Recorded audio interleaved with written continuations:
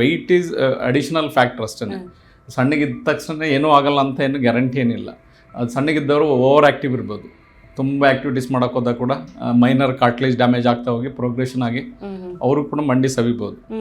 ಅದು related activities ಮತ್ತು ಜೊತೆಯಲ್ಲಿ ತೂಕ ಮತ್ತು ವಯಸ್ಸಾದ 65 ವಯಸ್ಸಾದ್ಮೇಲೆ ಮೂಳೆಗಳು ಕೂಡ ಸಾಫ್ಟ್ ಆಗುತ್ತೆ. ಸೊ ಇದು ಕಾಂಬಿನೇಷನ್ ಆ್ಯಕ್ಟಿವಿಟೀಸ್.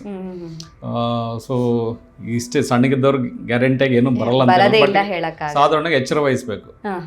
ಏನೂ ಇಲ್ಲ ಅಂದಾಗ ಏನು ಪ್ರಾಬ್ಲಮ್ಸ್ ತೊಂದರೆ ಏನಿಲ್ಲ. ಬಟ್ ಏನಾದರೂ ಆ್ಯಕ್ಟಿವಿಟೀಸ್ ಏನು ರನ್ನಿಂಗ್ ಮಾಡ್ತೀವಿ, ಕೆಲವ್ರು ಏನಂದ್ರೆ ಸಣ್ಣಗಿದ್ದೀವಿ ಅಂತೇಳಿ ಮ್ಯಾರಥಾನ್ ರನ್ನಿಂಗ್ ಮಾಡ್ತಾರೆ. 40 ವರ್ಷ ಆದಾಗ 15 ಕಿಲೋಮೀಟ್ರ್ ಡೈಲಿ, ಅದು ವಾರದಲ್ಲಿ 4-5 ದಿವಸ ಮಾಡ್ತಾರೆ.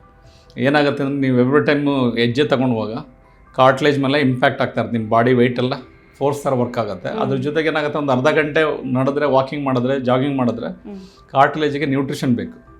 ಅದು ಯಾವಾಗ ಬರುತ್ತೆ ಅಂದರೆ ರೆಸ್ಟ್ ಕೊಟ್ಟರೆ ಬರುತ್ತೆ. ನೀವು ಕಂಟಿನ್ಯೂಸ್ ಆಗಿ 10-15 ಕಿಲೋಮೀಟ್ರ್ ಡೈಲಿ ಜಾಗ್ ಮಾಡಿದ್ರೆ ಕಾರ್ಟ್ಲೇಜ್ ಎಲ್ಲ ನ್ಯೂಟ್ರಿಷನ್ ಅಷ್ಟು ಸಿಗೋದಿಲ್ಲ. ಅದು ಕೂಡ ವಯಸ್ಸಾಗಿರುತ್ತೆ, ಕಾರ್ಟ್ಲೇಜ್ ಕ್ವಾಲಿಟಿ ಸರಿ ಇರಲ್ಲ, ಬ್ರೇಕ್ ಆಗಿ ಶುರು ಆಗುತ್ತೆ.